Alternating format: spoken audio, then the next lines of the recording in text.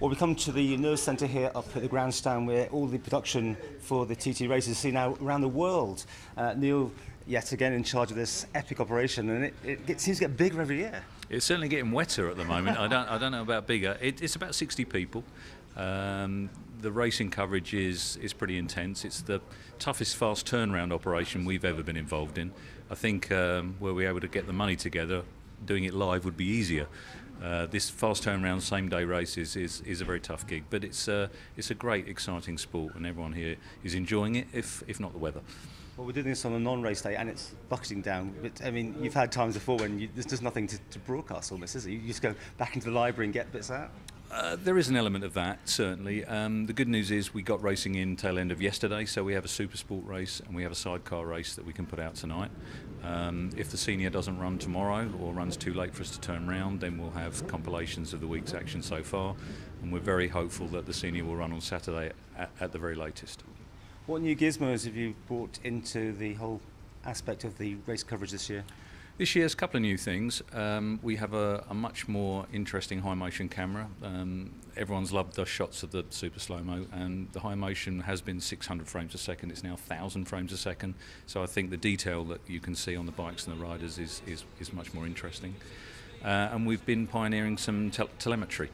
One or two of the bikes have got software that we can actually download after the races. So we've been able to show on Cameron Donald's bike, Wilson Craig team, and even on the sidecars to take some basic telemetry, which is going to be speed, gears, brake, throttle, that kind of thing, that give people a much better understanding of what's going on the bike and what the rider's doing.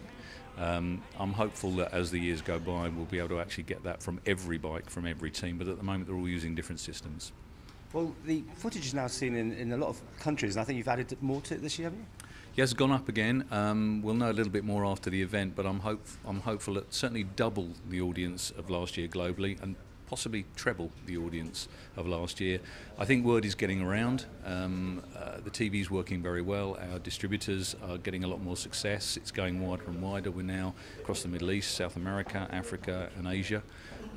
We've now got deals where people hitherto have just taken maybe one show. They're taking all 11 international shows. So we do 14 shows, the ITV shows that also go in Australia, and then we do 11 different international shows that don't have the in-vision presenters. So 25 shows in all that we make. Now, there was some controversy when you took over this from Greenlight TV, and I mean, is that still going on, or are you producing something completely different to what they would have been able to do? I don't worry about Greenlight TV. I think we have to worry about what we're doing. I think we concentrate on trying to innovate every year. We have a brief from the Isle of Man government to raise the profile not just of the TT, but to raise the profile of the island. So doing themed programs that promote the island as well as the race is very important to us and to the DED. That's what we've been trying to do. I think we've been reasonably successful year on year. The job, I think, is about half done. Our goal is to promote that even further. Our goal is to go to live coverage at some point in the next couple of years. And of course there's a lot of talk about expanding into a TT World Series. And of course for ITV4 it's been big numbers, but then that is when presumably Sky gets interested, don't they?